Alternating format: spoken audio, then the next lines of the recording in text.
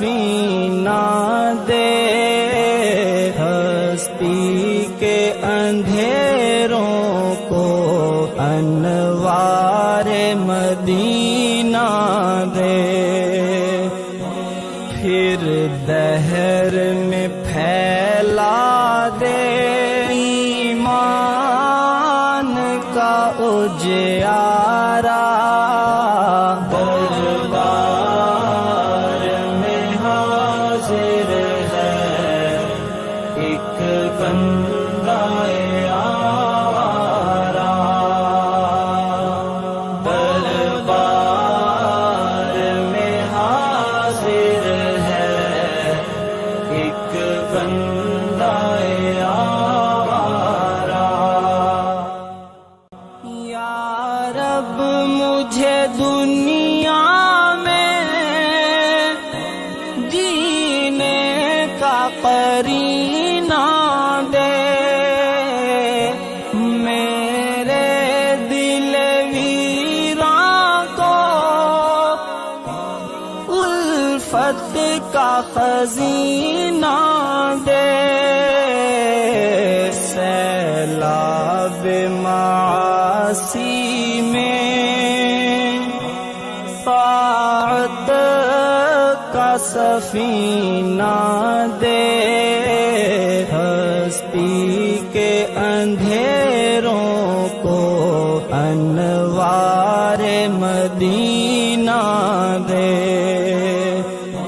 پھر دہر میں پھیلا دے ایمان کا اجیارہ، دربار میں حاضر ہے ایک بندہ آوارہ، دربار میں حاضر ہے ایک بندہ آوارہ۔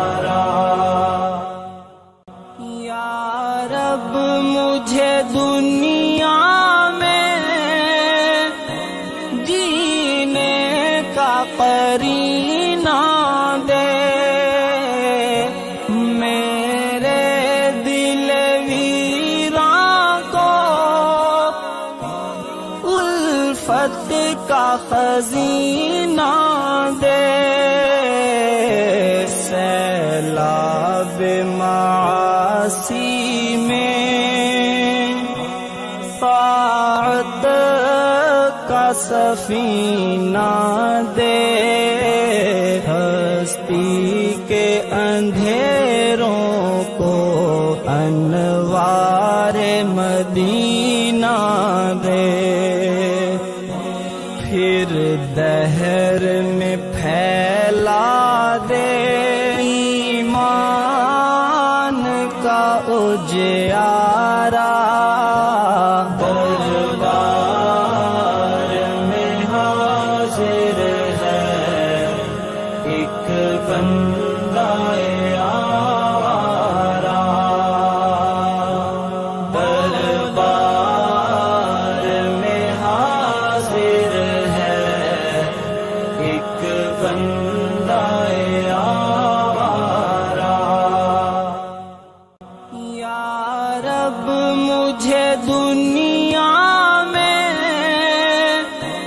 جینے کا قرینہ دے، میرے دل ویراں کو الفت کا خزینہ دے، سیلاب معاصی میں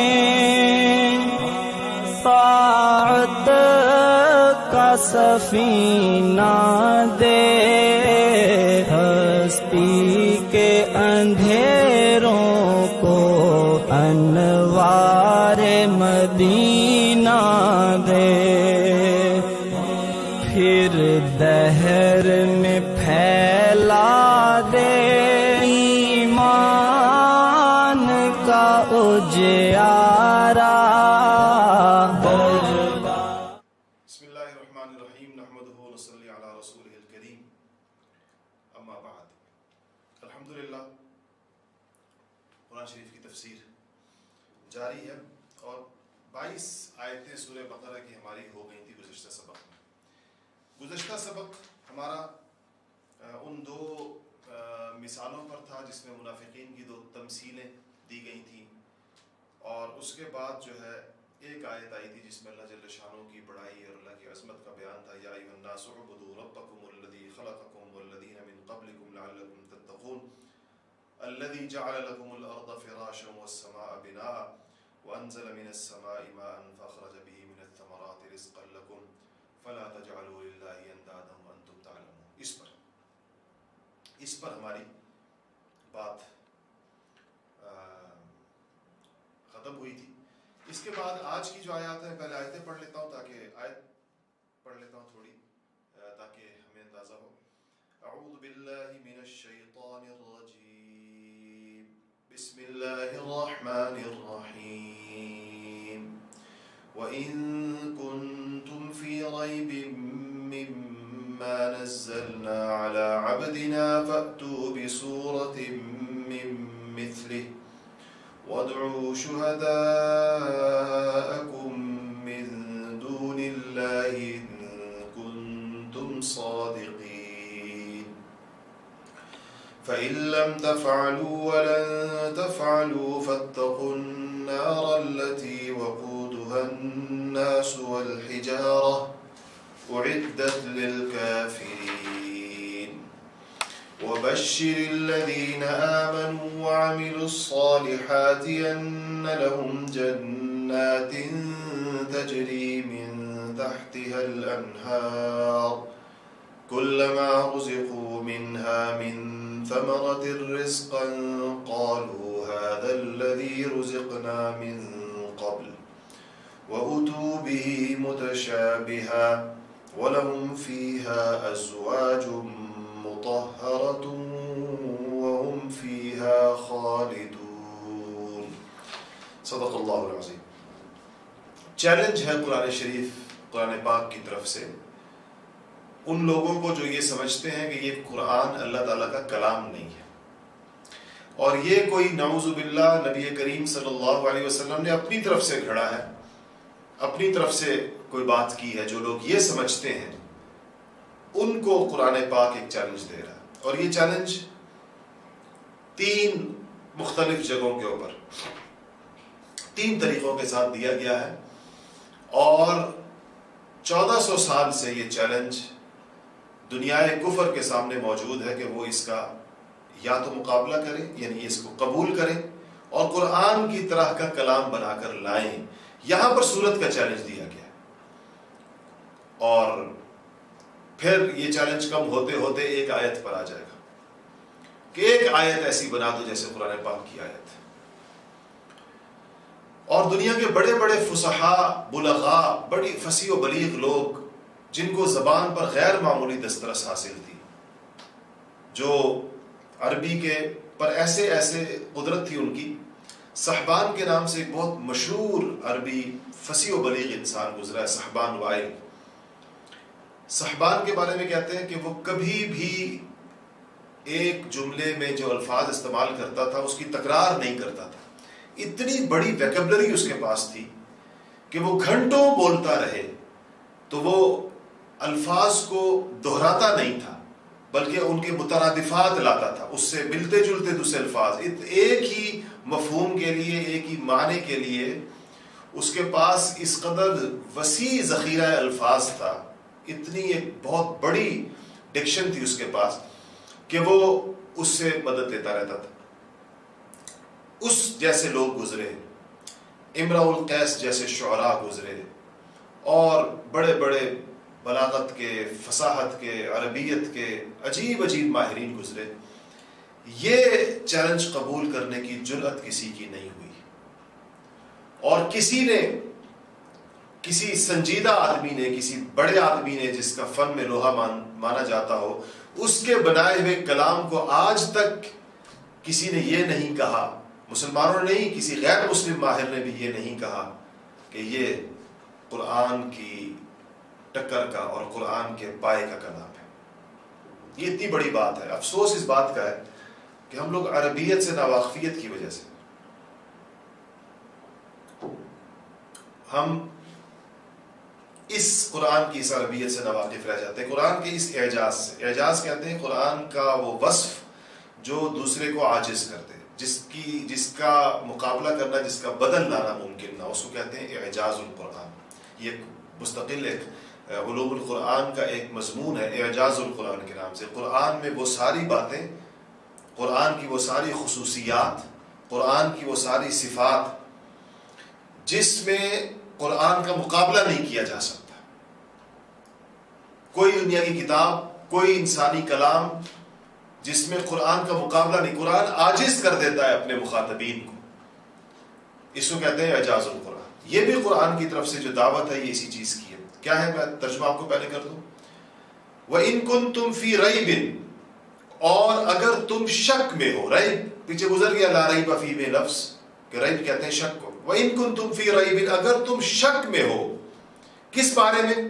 مِمَّا نَزَّلْنَا عَلَىٰ عَبْدِنَا. یہ اللہ تعالیٰ ہمیں اور آپ کو کہہ رہے ہیں، یعنی انسانوں کو کہہ رہے ہیں، بلکہ اصلاً تو ان انسانوں کو کہہ رہے ہیں جو قرآن کو اللہ تعالیٰ کا کلام ماننے سے انکاری ہیں، جو اس کو رسول اللہ کی تصنیف سمجھتے تھے. ان کو کہا جا رہا ہے کہ اگر تم شک میں ہو، مِمَّا نَزَّلْنَا عَلَىٰ عَبْدِنَا، اس کے بارے میں جو ہم نے نازل کیا ہے اپنے بندے پر، اپنے بندے پر ہم نے جو کچھ نازل کیا ہے. فَأْتُوا بِسُورَةٍ مِّن مِثْلِهِ، تو لاؤ، فَأْتُوا لاؤ، بِسُورَةٍ ایک صورت، مِن مِثْلِهِ اس جیسی، اور تنہا نہ لا سکو تو کیا کرو؟ وَدْعُوا، اور بلاؤ، شُهَدَاءَكُمْ اپنے مددگاروں کو، مِن دُونِ اللَّهِ اللہ کے علاوہ، ان کنتم صادقین اگر تم سچے ہو. دوبارہ سن لیجئے. بعض حضرات مجھے کہتے ہیں، خواتین کی طرف سے بھی پیغامات بہت زیادہ آتے ہیں کہ آہستہ بولا کرے اور تھوڑا ٹھہر ٹھہر کر.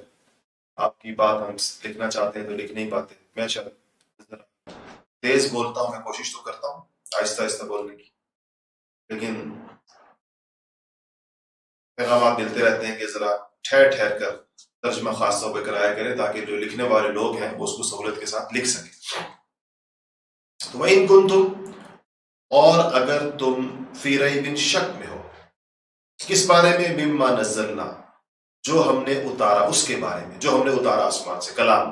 کس پر؟ علی عبدنا، اپنے بندے پر. عبد بندے کہتے ہیں رسول اللہ محمد مصطفیٰ صلی اللہ علیہ وسلم مراد. فَأْتُوا، تو لاؤ، کیا؟ بسورت، ایک سورت، من مثلہ اس جیسی، اس کلام اللہ جیسی. وَادْعُوا، اور بلاؤ، شہداءکم اپنے مددگاروں کو، من دون اللہ اللہ کے علاوہ، ان کنتم صادقین اگر تم سچے ہو. پھر کیا کہتے ہیں؟ قرآن کا لب و لہجہ دیکھیے گا، انداز دیکھیے قرآن کا. فَإِن لَمْ تَفْعَلُوا، اور اگر تم نہ کر سکو، بس اگر تم نہ کر سکو، وَلَن تَفْعَلُوا، اور تم ہرگز نہیں کر سکو گے. اگر تم نہ کر سکو، اور تم، اللہ کتنے تیقن کے ساتھ فرما رہے ہیں، وَلَن تَفْعَلُوا، اور تم کبھی نہیں کر سکو گے، تو پھر کیا کرو؟ فَاتَّقُوا النَّارَ، تو پھر اس آگ سے ڈرو. کس آگ سے؟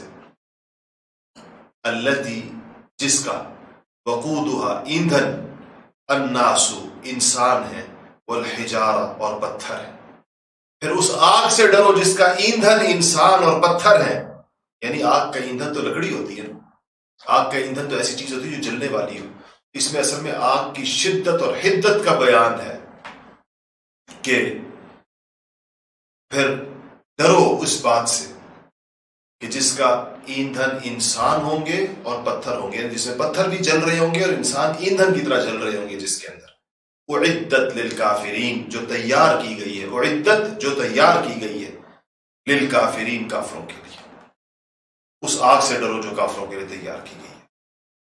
اچھا، اب جیسا میں نے عرض کیا کہ اس آیت کریمہ میں اللہ جل شانہ قیامت تک کے تمام انسانوں کو، جنوں کو، پڑھے لکھوں کو، ان پڑھوں کو، عرب کو، عجم کو، جس کو بھی شک ہو جائے قرآن پاک کے کلام اللہ ہونے کے بارے میں،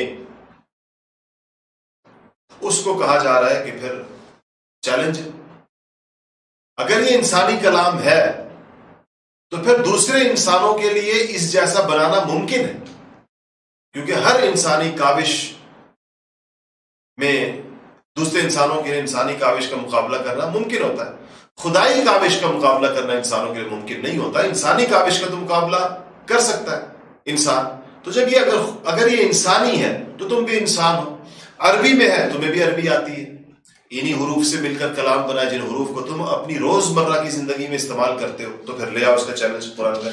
یعنی سارے تم فصیح ہو، جو بلیغ ہو، جس کو زبان و ادب پہ بڑا ناز ہو، تمہارے سارے شعراء، تمہاری ساری آ جاؤ۔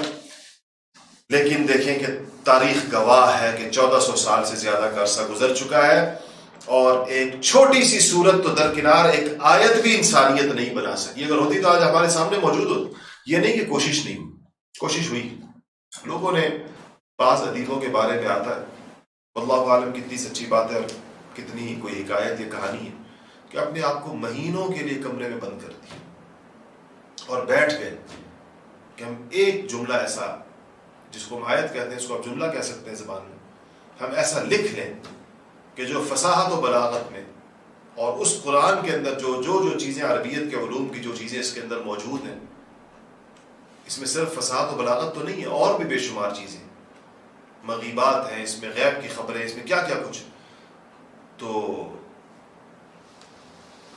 اس طرح بنائے۔ تو جب انہوں نے ہفتوں بعد ان کا کمرہ کھولا گیا تو کاغذوں کے لکھ کر رف کیے ہوئے کاغذوں کے ڈھیر لگے ہوئے تھے، لکھ کر کاٹا گیا تھا، لیکن وہ کوئی خود ان کو کسی ایک اپنے پیراگراف پر یا ایک جملے پر یہ تسلی نہیں ہو رہی تھی کہ یہ قرآن کی ٹکر کا ہے، کیونکہ قرآن تو پڑھا ہوا تھا، انہوں نے جانتے تھے کس نے یہ کلام ہے۔ دوسرا اللہ پاک نے، دیکھیں ایک بات یاد رکھیے گا، ایسی ساری جگہوں پر جہاں اللہ جل شانہ نبی کریم صلی اللہ علیہ وسلم کے اوپر کوئی خصوصی انعام کا بیان فرماتے ہیں، تو وہاں رسول اللہ کو جو اعزاز اللہ تعالیٰ دیتے ہیں وہ عبدنا، عبدی یا عبدہ، اپنے عبد ہونے کا، یعنی نبی کریم محمد مصطفیٰ صلی اللہ علیہ وسلم عبدیت کے سب سے اونچے درجے کے اوپر فائز تھے، اور عبدیت کہتے ہیں اللہ تعالیٰ کی کامل ترین اطاعت اور غلامی کو، اللہ تعالیٰ کی سب سے بہترین اطاعت کرنے کو عبدیت کا اعلیٰ ترین مقام کہا جاتا ہے، جو سب سے بڑا انسانیت کے لیے سب سے بڑا درجہ ہے، اور جس کے سب سے اونچے ترین درجے پر خود محمد مصطفیٰ صلی اللہ علیہ وسلم فائز تھے۔ تو جیسے معراج بہت بڑا انعام تھا اللہ تعالیٰ کا، ابھی آج ہی ہم نے معراج اپنے ہاں اسباق میں، جو البرہان کے اسباق چل رہے تھے اس میں سیرت پڑھاتا ہوں، آج ہی معراج کا سبق پڑھایا بڑی تفصیل کے ساتھ۔ تو اس میں معراج کا واقعہ اور اس کو قرآن نے جس طرح بیان کیا ہے، یعنی جو ہم پڑھتے ہیں وہ آیت، سبحان الذی اسری بعبدہ لیلا من المسجد الحرام الى المسجد الاقصى الذی بارکنا حولہ لنریہ من آیاتنا۔ تو یہاں پر بھی اللہ پاک نے کہا کہ یہ اتنی بڑی عظیم الشان چیز، جس کی اتنی بڑی ذمہ داری خود اللہ رب العزت لے رہے ہیں کہ اس کا مقابلہ نہیں ہو سکتا اس کلام کا، وہ ہم نے اتاری کس پر، علی عبدنا، حالانکہ آ سکتی تھی نا علی رسولنا بھی کہا جا سکتا تھا، علی محمدنا، ہمارے اپنے محمد پر اتارا ہم نے، یا اپنے رسول پر اتارا ہم نے، علی نبینا بھی ہو سکتا تھا، لیکن اللہ نے کہا علی عبدنا، اپنے بندے کے اوپر۔ عبدیت اتنی بڑی چیز ہے، اللہ تعالیٰ ہم سب کو اپنا صحیح معنوں کے اندر عبد بنائے۔ اسی لیے ہم کہتے ہیں اشہد ان لا الہ الا اللہ واشہد ان محمدا عبدہ ورسولہ، پہلے عبدہ پھر رسولہ۔ تو یہ بات ہو گئی، اور کہا گیا کہ پھر فاتقوا النار التي وقودها، وقود وقدن کی جمع ہے، وقدن، اور یہ آگ روشن ہونے، بھڑکنے اور آگ جلانے کو کہتے ہیں۔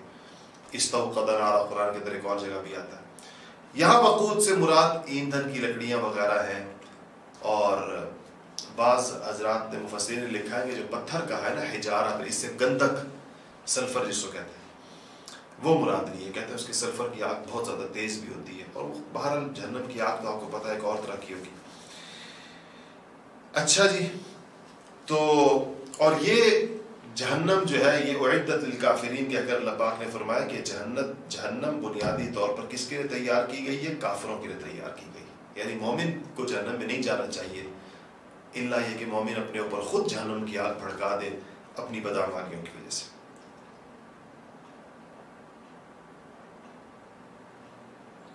اچھا جی، جب یہاں یہ بات آ گئی، ظاہر بات ہے کہ وعید گزری تو قرآن کا طریقہ ہے، دوسری طرف کی بات بھی ساتھ بیان ہوتی ہے. وَبَشِّرِ الَّذِينَ آمَنُوا وَعَمِلُوا الصَّالِحَاتِ، اے نبی خوشخبری دے دیجیے. کس کو؟ الَّذِينَ آمَنُوا، ان لوگوں کو جو ایمان لائے، وَعَمِلُوا الصَّالِحَاتِ اور نیک اعمال کیے. أَنَّ لَهُمْ جَنَّاتٍ کہ ان کے لیے باغات ہیں، تجری جاری ہوں گی، من تحتها ان کے نیچے سے، الانہار نہریں. وَبَشِّرِ الَّذِينَ خوشخبری سنا دیجئے، خوشخبری دے دیجئے. کن کو؟ الَّذِينَ آمَنُوا ان لوگوں کو جو ایمان لائے، وَعَمِلُوا الصَّالِحَاتِ اور نیک اعمال کیے. کس بات کی خوشخبری؟ کہ أَنَّ لَهُمْ جَنَّاتٍ کہ ان کے لیے باغات ہیں. جنات جنت ان کی جمع باغ کو کہتے ہیں. تجری جاری ہوں گی، من تحتها اس کے نیچے، الانہار نہریں. کلما رزقوا منها جب بھی دیا جائے گا ان کو ان میں سے کوئی پھل. کلما رزقوا منها من ثمرۃ جب بھی دیا جائے گا ان کو ان میں سے کوئی پھل، رزقا کھانے کے لیے. قالوا کہیں گے، هذا الذي رزقنا یہ تو وہی ہے جو ہمیں دیا گیا تھا، من قبل اس سے پہلے. وَأُتُوا بِهِ مُتَشَابِهًا ان کو دیا جائے گا ملتا جلتا پھل. وَلَهُمْ فِيهَا أَزْوَاجٌ مُطَهَّرَةٌ اور ان کے لیے ان باغات میں پاکیزہ عورتیں ہوں گی. وَهُمْ فِيهَا خَالِدُونَ اور وہ اس کے اندر ہمیشہ رہیں گے. کیا کہا جا رہا ہے؟ کن کو خوشخبری دے دو؟ جو کتاب پر ہے، جو کہ پیچھے کتاب کا ذکر آیا. اہل ایمان وہی ہے جو کتاب پر ایمان لائے، جو کتاب پر ایمان لائے اور نیک عمل کی. سرسبز و شاداب باغات ہیں جن کے نیچے نہریں ہوں گی. اور جب بھی ان باغات میں ان کو کھانے کے لیے کوئی پھل دیا جائے گا تو وہ اس کی صورت دیکھ کر کہیں گے یہ تو وہی پھل ہے جو اس سے پہلے ہمیں دیا گیا تھا. اور یہ بات وہ اس لیے کہیں گے کہ ان کو ایک دوسرے سے ملتا جلتا پھل دیا جائے گا. ملتے جلتے پھلوں سے کیا مراد ہے؟ اس بارے میں مفسرین کے اقوال ہیں. دو قول میں آپ کو بتاتا ہوں. بعض حضرات نے کہا ہے کہ جنت کے پھل دیکھنے میں تو دنیا کے پھلوں کی طرح ہوں گے، یعنی کیلا کی شکل کیلے جیسی ہوگی جیسے دنیا میں کیلے تھے، اور سیب کی شکل دنیا کے سیبوں جیسی ہوگی، اور اسی طرح دنیا کے باقی پھل. تو جب جنتی دیکھیں گے تو وہ پہچان لیں گے کہ یہ تو وہی پھل ہے جو دنیا میں کھایا کرتے تھے، یہ تو وہی کیلا، وہی انگور، وہی سیب ہے. لیکن جب وہ اس کو کھائیں گے تو اس کا تو ذائقہ ہی کچھ اور ہوگا، وہ تو تصور میں بھی ان کے نہیں آ سکتا. حدیث شریف میں آتا ہے نا کہ جنت کی نعمتیں ایسی ہیں کہ ان کو ما لا عین رأت ولا اذن سمعت کہ نہ ان کو کسی آنکھ نے دیکھا ہے اور نہ ان کو کسی کان نے سنا ہے اور نہ کسی بندہ بشر کے دل پر بھی کبھی ان کا وہمہ اور خیال گزرا ہے. انسان سوچا بھی نہیں ہے انسان نے ان کو. ایسی نعمتیں اللہ پاک نے تیار کر رکھی. اللہ تعالیٰ ہم سب کو نصیب فرمائے، جنت میں اللہ اکٹھا فرمائے. تو چونکہ کہا گیا، اس میں پیچھے گزر گیا کہ قالوا هذا الذي رزقنا من قبل ہمیں پہلے بھی یہی دیا گیا تھا. پہلے سے مراد، قبل سے مراد دنیا، ایک قول کے مطابق. تو پھل دیکھ کر کہیں گے کہ شاید یہ ایسی کو ملتی جلتی چیز ہے، لیکن پھر ان کو پتہ چلے گا کہ یہ تو جب کھائیں گے تو عجیب ذائقہ ہوگا. تو دوسرا قول مفسرین کا یہ ہے کہ دنیا کے جو نیک اعمال ہیں انسانوں کے، جو نیک عمل انسان کرتا ہے، وہ جنت میں طرح طرح کی نعمتوں کی شکلیں اختیار کر لیں گے. اور جنتی اپنے نیک اعمال اور جنت کے پھلوں اور نعمتوں کے درمیان ایک خاص قسم کی مشابہت محسوس کریں گے. ایک قول یہ بھی ہے کہ جب ان کے سامنے پھل لائے جائیں گے تو مثال کے طور پر ایک بندے نے ایک پھل اٹھا لیا، سیب بھی اٹھا لیا، کھا لیا تو اس کو عجیب و غریب ذائقہ ظاہر سے کبھی نہیں کھایا ہوگا. پھر جب دوسرا سیب اس کو دیا جائے گا تو وہ کہے گا کبھی کی ریسیپیز بڑھتی چلی گئی اور 800 قسم کے کھانے ان کے دسترخوان پہ رکھے جاتے تھے. ایک چاول ہی پتہ نہیں کتنی قسم سے بنتے تھے. کہتے تھے ایسے ایسے باورچی تھے جو ایک دال کو کئی 100 طریقے سے بنانا جانتے تھے. دیکھیں نا کھانے والی چیزیں تو محدود ہی ہیں نا. یہی گوشت ہے دنیا میں، یہی چل رہا ہے شروع سے، 3 4 5 قسم کے جانوروں کا گوشت ہے، پرندوں کا گوشت ہے. یہی زمین جو کچھ پیدا کر رہی ہے یہ بھی وہی محدود اور متعین چیزیں ہیں، سینکڑوں سالوں سے وہی پیدا ہو رہی ہیں. اور انسان اس سے اکتاتا ہے، اس سے جدتیں لاتا رہتا ہے قسم کی اس کے اندر. تو جنت کے اندر اللہ تعالیٰ نے بھی اس انسان کے لیے ویرائٹی کا انتخاب کیا ہوا، اور وہاں پر جو ہے وہ کیا ہوگا کہ ان کے لیے ہر دفعہ اس کو ایک نئی لذت کا احساس ہو. اور پھر ان کے لیے باغات میں پاکیزہ عورتیں ہوں گی، حوریں ہوں گی. اور جو جنت کی بیوی ہے، دنیا کی بیوی ہے، اگر یہ نیک ہوگی اور یہ بھی جنت میں گئی جنتیوں کے ساتھ، تو اللہ جل شانہ اس کو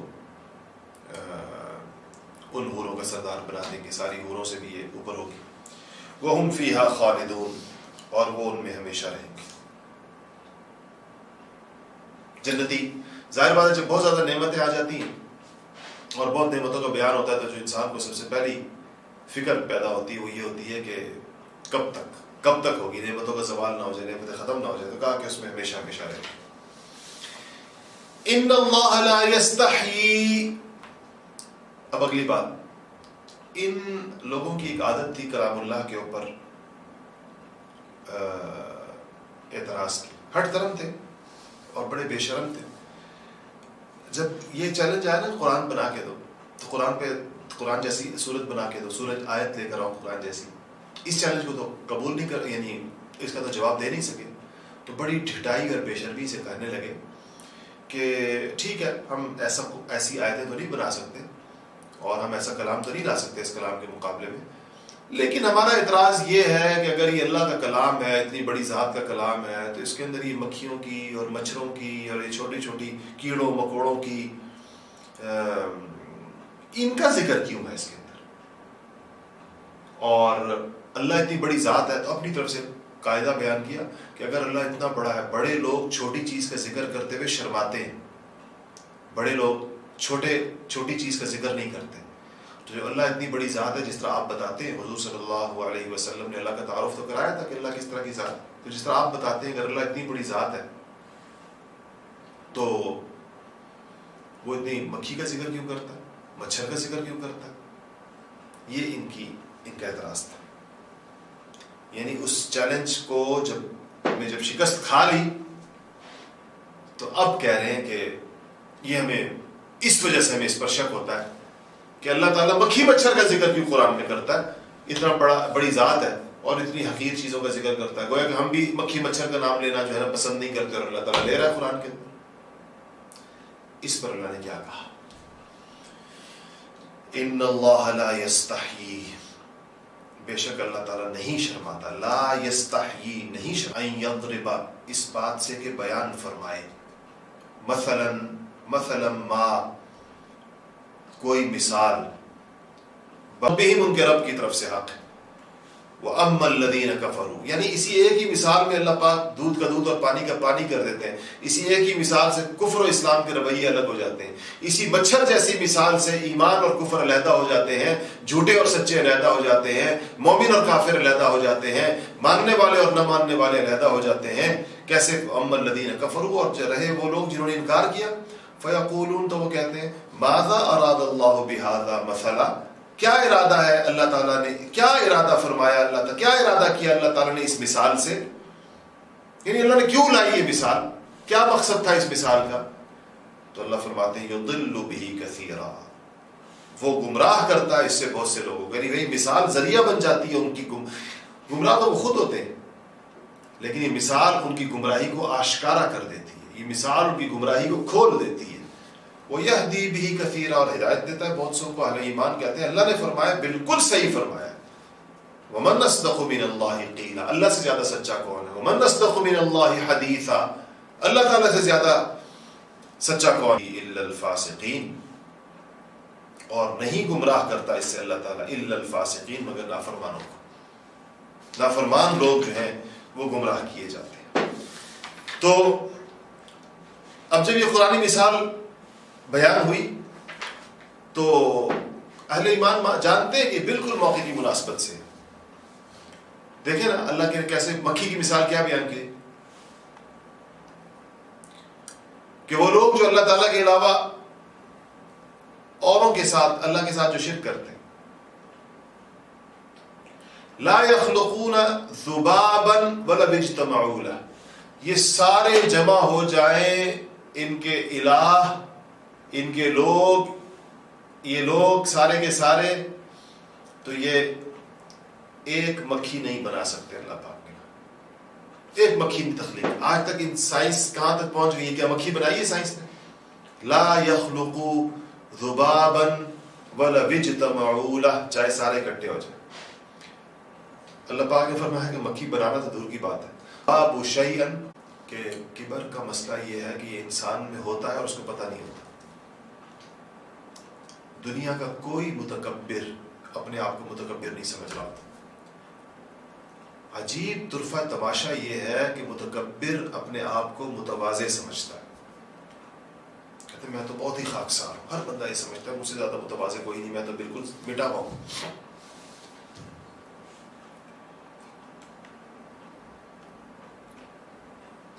تو یہ صرف کسی کا شیخ کامل، کوئی مربی، وہی بتا سکتا ہے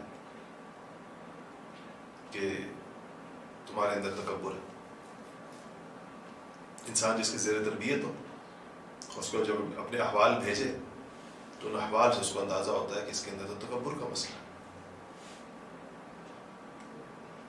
اور تکبر ایسی رکاوٹ بن جاتا ہے انسان کی روحانی ترقی میں۔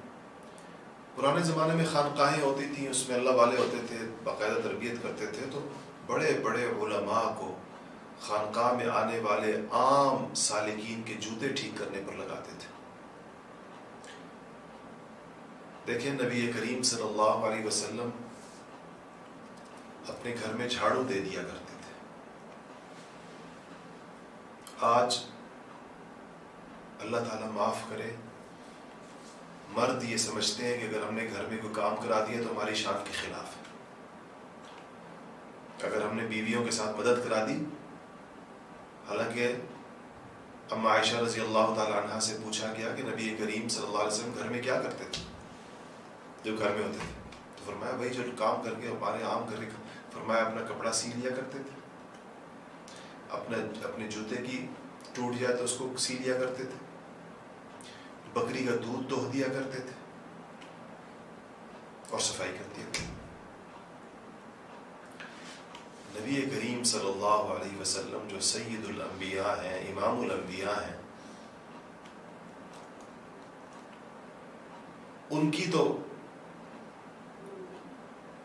شان کے خلاف نہ ہو اور ہم جیسے لوگ اس کو اپنی شان کے خلاف سمجھیں، یہ وہ تکبر ہوتا ہے جو دل کے اندر ہوتا ہے۔ اصل بعض لوگ تو اٹھ کر پانی پینے کو اپنی شان کے خلاف سمجھتے ہیں۔ یہ تو اللہ تعالیٰ ہماری گھر والیوں کو، مشرقی خواتین کو جزائے خیر عطا فرمائے۔ وہ خدمت کے جذبے سے کرتی ہیں، کھلاتی بھی ہیں، کھا کر پکا کر دیتی بھی ہیں، کپڑے بھی دھو دیتی ہیں، ساری خدمتیں کرتی ہیں، اللہ تعالیٰ ان کو جزائے خیر دے بہت زیادہ۔ تو یہ تو ان کی مہربانی ہے، ہم سب کو اس پہ ان کا شکر گزار ہونا چاہیے، ورنہ اصل تو یہی ہے ہر انسان کو اپنا کام خود کرنا چاہیے۔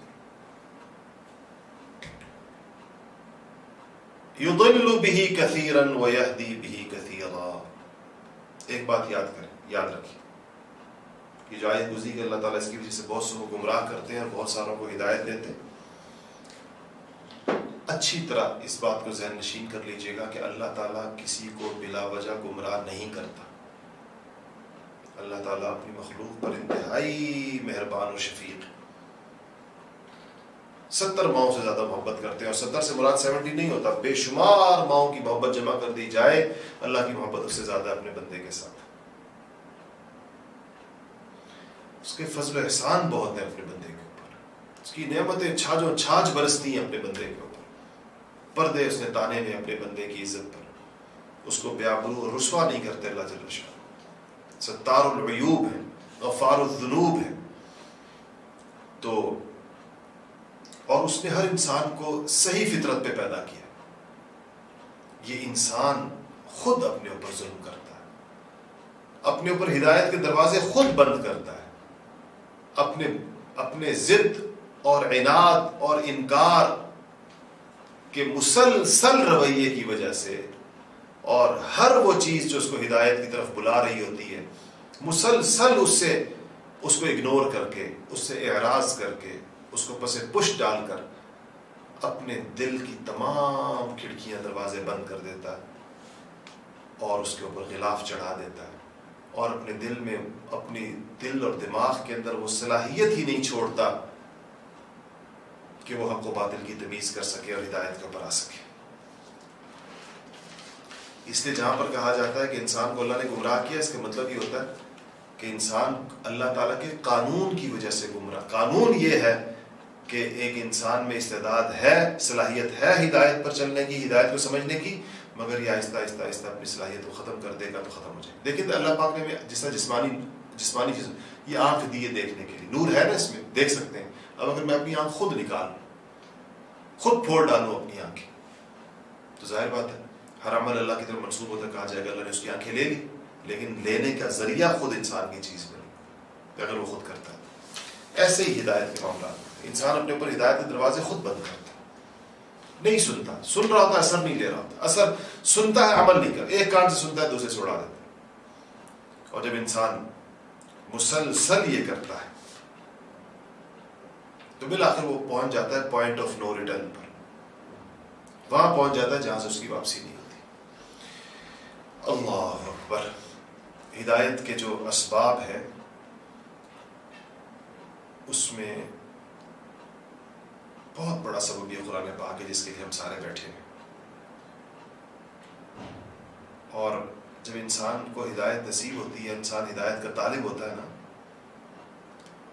تو اللہ تعالیٰ فرماتا ہے کہ اللہ یجتبی الیہ من یشاء ویہدی الیہ من ینیب، کہ اللہ تعالیٰ جس کو چاہتا ہے اپنی طرف کھینچ لیتا ہے، اللہ یجتبی الیہ من یشاء، اور اس کو ہدایت دیتا ہے، وہ یہدی الیہ، اور ہدایت اس کو دیتا ہے جو اللہ تعالیٰ کی طرف متوجہ ہوتا ہے۔ اس سے پتہ چلتا ہے کہ جو انسان بھی اللہ کی طرف متوجہ ہوگا، جو انسان بھی اللہ تعالیٰ کی طرف اپنے آپ کو اللہ کی گود میں ڈال دے گا، تو اللہ جل شانہ کی رحمت، اللہ تعالیٰ اس کو یجتبی الیہ، اللہ اس کو کھینچ لیں گے، اللہ اس کو اپنا بنا لیں گے۔ اس کی خواہش ہونی ضروری ہے کہ اللہ پاک میں اللہ کا ہو جاؤں۔ اچھا جی، ان کے بارے میں پھر کیا کہا جا رہا ہے؟ الذین، یہ فاسق لوگ کون ہوتے ہیں؟ ینقضون عہد اللہ، یہ اللہ تعالیٰ کا عہد توڑتے ہیں اللہ تعالیٰ کے عہد کو، من بعد میثاقہ، اس کے پختہ کرنے کے بعد، پکے وعدے کرنے کے بعد اللہ تعالیٰ سے پھر اس کو توڑ دیتے ہیں۔ وَيَقْطَعُونَ، اور قطع کرتے ہیں، مَا أَمَرَ اللَّهُ بِهِ أَن يُوصَلْ، کہ جن چیزوں کو اللہ نے حکم دیا ہے کہ اس کو جوڑا جائے، ما امر اللہ، جس کا اللہ نے حکم دیا ہے، بِهِ أَن يُوصَلْ، کہ اس کو جوڑا جائے، وَيُفْسِدُونَ فِي الْأَرْضِ، اور فساد مچاتے ہیں زمین میں، أُولَئِكَ هُمُ الْخَاسِرُونَ، اللہ فرماتے ہیں یہی وہ لوگ ہیں جو نقصان اٹھانے والے۔ کیا کرتے ہیں؟ یہ ایک عہد شکن ہے، اللہ تعالیٰ کے عہد کو پختہ کرنے کے بعد پھر توڑ دیتے۔ دوسرا، جن چیزوں کو اللہ نے جوڑنے کا حکم دیا ان کو توڑتے۔ دو، تیسرا فساد فی الارض۔ یہ تین ان کی نشانی ہے، نقصان اٹھانے والوں کی تین بڑی نشانیاں، اور کہ یہ تین کام کریں گے۔ اچھا،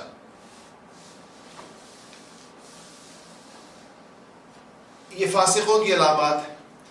اللہ تعالیٰ کے عہد سے کیا مراد ہے؟ یہاں پر عہد کے مطلب ہوتے ہیں کسی چیز کی مسلسل حفاظت اور دیکھ بھال کے۔ یہاں جس عہد کے توڑنے کا ذکر ہے کہ اللہ تعالیٰ کا عہد توڑتے ہیں فاسق لوگ، گناہگار لوگ، اس کے متعلق ایک تو مفسرین کا خیال یہ ہے کہ عہد سے مراد وہ فطری عہد ہے جس کو اللہ تعالیٰ نے انسان کی فطرت میں رکھا ہے، اور جو انسان کی فطرت نے اللہ تعالیٰ سے، جو انسان کی ارواح نے اللہ تعالیٰ سے کیا ہے، یا یوں کہہ لیں کہ فطری صلاحیت کہہ لیں، وہ ارواح والا ہے دوسری نمبر میں بیان کرتا ہے۔ فطری صلاحیت، فطرت مائل خدا ہے، فطرت مائل بہدایت ہے، اپنے ڈیزائن کے اعتبار سے اس کی ساری رخ جو ہے ہدایت کی طرف، یا تو وہ عہد مراد ہے۔ بعض حضرات کہتے ہیں کہ اس سے مراد وہ عہد ہے جو ارواح سے لیا گیا تھا، الست بربکم قالوا بلی، سب نے کہا تھا قالوا بلی۔ بعض لوگ کہتے ہیں کہ اس سے وہ عہد ہے جو پیغمبروں نے، اللہ نے اپنے پیغمبروں سے لیا تھا اور پیغمبروں نے اپنے امتیوں سے لیا تھا۔ اللہ نے پیغمبروں سے کہا تھا کہ آخری نبی آئیں گے، اپنے امتیوں سے کہے کہ جن میں جو ان کو پائیں یہ پیغام آگے پہنچائیں، کہ جس کے زمانے میں بھی آئیں اور جو اس کو پائیں تو وہ ان کا ساتھ دیں۔ بعض مفسرین نے لکھا کہ اس عہد سے مراد وہ تھا کہ جو تورات میں اللہ پاک نے ان سے عہد لیا تھا اہل بنی اسرائیل سے، کہ تم تورات کی کوئی بات چھپاؤ گے نہیں، کوئی حکم چھپاؤ گے نہیں تورات کا۔ تو یہ سارے کے سارے ان میں سے یہ اقوال ہیں سارے، تو یہ ان کی عادت یہ ہے کہ یہ لوگ اس عہد کو توڑتے ہیں، پختہ کرنے کے بعد توڑتے ہیں۔ اور تو پھر یہاں اس سے مراد مشرکین اور اس صورت کے اندر کفار بھی ہو سکتے ہیں جنہوں نے فطری عہد کو توڑا، جنہوں نے عہد الست کو توڑا، اور اہل کتاب بھی ہو سکتے ہیں جنہوں نے نبیوں کے عہد کو توڑا اور تورات و انجیل کے عہد کو توڑا۔ یہ سارے اس میں وہ ساری چیزوں کے امکان ہے۔ اچھا، دوسری بات یہ تھی کہ جو فاسقوں کی دوسری صفت بیان کی گئی کہ ان چیزوں کو توڑتے ہیں جن کو اللہ پاک نے جوڑنے کا حکم دیا۔ دوسرا وہ ہے، اس میں کیا چیز ہے؟ مفسرین نے فرمایا اس میں سب سے اہم ترین چیز رشتے۔ اللہ پاک نے رشتے جوڑنے کا حکم دیا، جس کو ہم صلہ رحمی کہتے ہیں، اسی لیے رشتے توڑنے کو قطع رحمی کہا گیا۔ تو اللہ تعالیٰ کے جو بندوں کے حقوق ہیں، رشتہ جوڑنے سے مراد ماں سے رشتہ، باپ سے رشتہ، بھائی سے رشتہ، بہن سے رشتہ، اولاد سے رشتہ، دادا دادی، خالہ خالو، ہر ایک کے ساتھ جو اس کا حق ہے رشتہ داری کی وجہ سے، یہ وہ ہے جس کو جوڑنے کا حکم دیا۔ نبی کریم صلی اللہ علیہ وسلم نے فرمایا صل، جوڑو، من قطع کا، جو تم سے توڑے۔ اور ایک جگہ آپ نے فرمایا کہ صلہ رحمی یہ نہیں ہے کہ تم ان کے ساتھ جوڑو جو تم سے ویسے بھی جوڑتے ہیں، صلہ رحمی تو یہ ہے کہ جو تم سے توڑے تم ان کے ساتھ جوڑو۔ بعض لوگ اتنے محروم ہوتے ہیں اور ایسے بدنصیب ہوتے ہیں کہ ان میں جو سب سے زیادہ حساسیت ہے جوڑنے کے معاملے میں والدین کی، ماں باپ کی، یاد رکھیے گا میرے، اور پھر ان میں بھی خصوصاً ماں اور باپ دونوں ہی۔ لیکن اتنی تاکید قرآن نے کی ہے، اور ہم سے اس حقوق کی ادائیگی میں کوتاہی ہوتی ہے۔ ماں باپ کی قدر آتی انہی کو ہے جن کے رخصت ہو چکے ہوتے ہیں۔ ماں باپ نہیں رہتے تو ان کی قدر آتی ہے، جب وہ ہوتے ہیں یہ سایہ سر کے اوپر ہوتا ہے، نا قدری نا قدری نا قدری، بد زبانی، ان کا خیال نہ رکھنا، ان کی ضروریات نہ پوری کرنا، ان کی خدمت میں نہ بیٹھنا، ان کو خوش نہ کرنا، ان کا دل نہ ٹھنڈا کرنا، بد نصیب اولاد کی عمر ایسے گزر جاتی ہے۔ جب چلے جاتے ہیں پھر مرثیے، پھر رونا دھونا، پھر ان کو یاد کرنا، تو یہ انسان کی فطرت ہے، یہ ایسی بڑی نعمت ہے۔ تعلقات سارے جوڑنے چاہیے، تمام حقوق ادا کرنے چاہیے۔ میں اس موقع پر ایک چیز بیویوں سے کہتا ہوں، ہر گھر کے اندر جو خواتین ہیں، کہ اپنے شوہروں کو اپنے ماں باپ کی خدمت کے مواقع فراہم کریں۔ اس کا اثر آپ کی اولاد پر پڑے گا۔ اپنی اولاد کے لیے آپ کتنے تردد کرتے ہیں اور اپنی اولاد کو کیسے زمانے کے سرد و گرم سے بچاتے ہیں۔ اپنے شوہر سے کہیں عورتیں، خواتین اپنی والدہ کی خدمت پر ان کو ترغیب دیں، والد کی خدمت کی ترغیب دیں، اور اگر آپ کے شوہر اپنے والدین پہ کچھ خرچ کرتے ہیں تو اس پر کبھی اس پر اعتراض نہ کریں، کبھی اس پہ دل چھوٹا نہ کریں. اگر شوہر ماں کے لیے کچھ لے آیا تو کبھی اس کے اوپر دل میلا نہ کریں اور چھوٹا نہ کریں. اگر آپ کا شوہر اپنے والدین کی خدمت نہیں کر رہا تو یاد رکھیں کہ اس کا اثر آپ کے بچوں کی زندگی پر پڑ رہا، اور آپ اولاد کا پھر سکھ آپ نہیں دیکھیں گے، اولاد کی برکتیں نہیں دیکھیں گے. اتنا سخت معاملہ. تیسری صفت فاسقوں کی بیان کی گئی کہ فساد فی الارض. اب ظاہر بات ہے جو اللہ کا عہد توڑے اور جن رشتوں کو جوڑنے کا حکم دیا گیا ان رشتوں کو بھی توڑے تو اس کے نتیجے میں ظاہر ہے کہ فساد ہی فساد پیدا ہو. یہ لوگ فساد فی الارض کریں گے. یعنی جب اللہ کا عہد بھی توڑ دیا جائے اور رشتہ داریاں بھی توڑ دی جائیں، ان کے حقوق بھی ادا نہ کریں تو فساد ہی بچے گا پیچھے. تو ظاہر بات ہے پھر فساد پھیل جائے گا. اور یہ لوگ زمین پہ گویا کہ فساد کاشت کرتے پھر رہے اور سمجھتے اپنے آپ کو یہ بہت زیادہ عقل مند ہے اور یہ سمجھتے ہیں کہ ہم نے بہت بڑا، ہم بہت اچھے لوگ ہیں اور بہت نیک لوگ ہیں. اللہ جل شانہ ان کی قلی کو کھول رہے ہیں. اللہ تعالی ہمیں ہر قسم کے شر و فساد کے مزاج سے اللہ تعالی ہماری حفاظت فرمائے.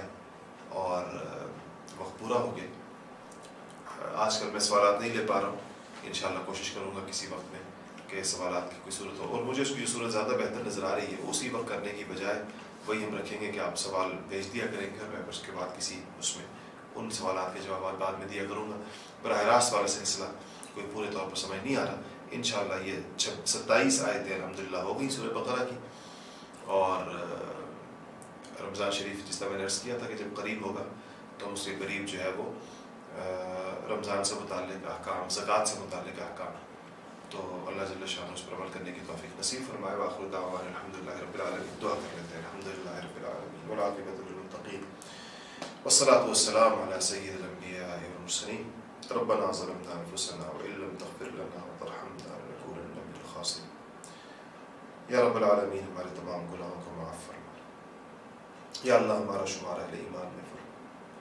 یا رب العالمین یا حکم الحاکمین ہمیں ہر قسم کی کمیوں سے، کوتاہیوں سے، گناہوں سے، معصیتوں سے، نافرمانیوں سے، ناشکریوں سے ہماری حفاظت فرما. کامل دین پر چلنے کی توفیق نصیب فرما. یا اللہ مرحومین کی مغفرت فرما، بیماروں کو شفا عطا فرما. بہت سے دوستوں نے، اللہ کی بندیوں نے اپنے بیماروں کے لیے خاص دعاؤں کا کہا. یا اللہ ان کی دعائیں قبول فرما، ان کے بیماروں کو شفا عطا فرما. بہت سی مائیں اپنے بچوں کے لیے کہتی رہتی ہیں یا اللہ ان کے بچوں کو دنیا آخرت میں کامیاب فرما، ان کی آنکھوں کی ٹھنڈک بنا. یا رب العالمین ہمارے سلسلے کو بھی تو قبول فرما، اس ٹوٹے پھوٹے سلسلے کو. یا رب العالمین سارے عالم میں دین کی محنت کرنے کی توفیق نصیب فرما. وصلی اللہ تعالی علی خیر خلقہ محمد وآلہ وصحبہ اجمعین. آمین برحمتک یا ارحم الراحمین. یا رب مجھے دنیا میں جینے کا قرینہ دے، میرے دل ویراں کو الفت کا خزینہ دے. سیلاب معاصی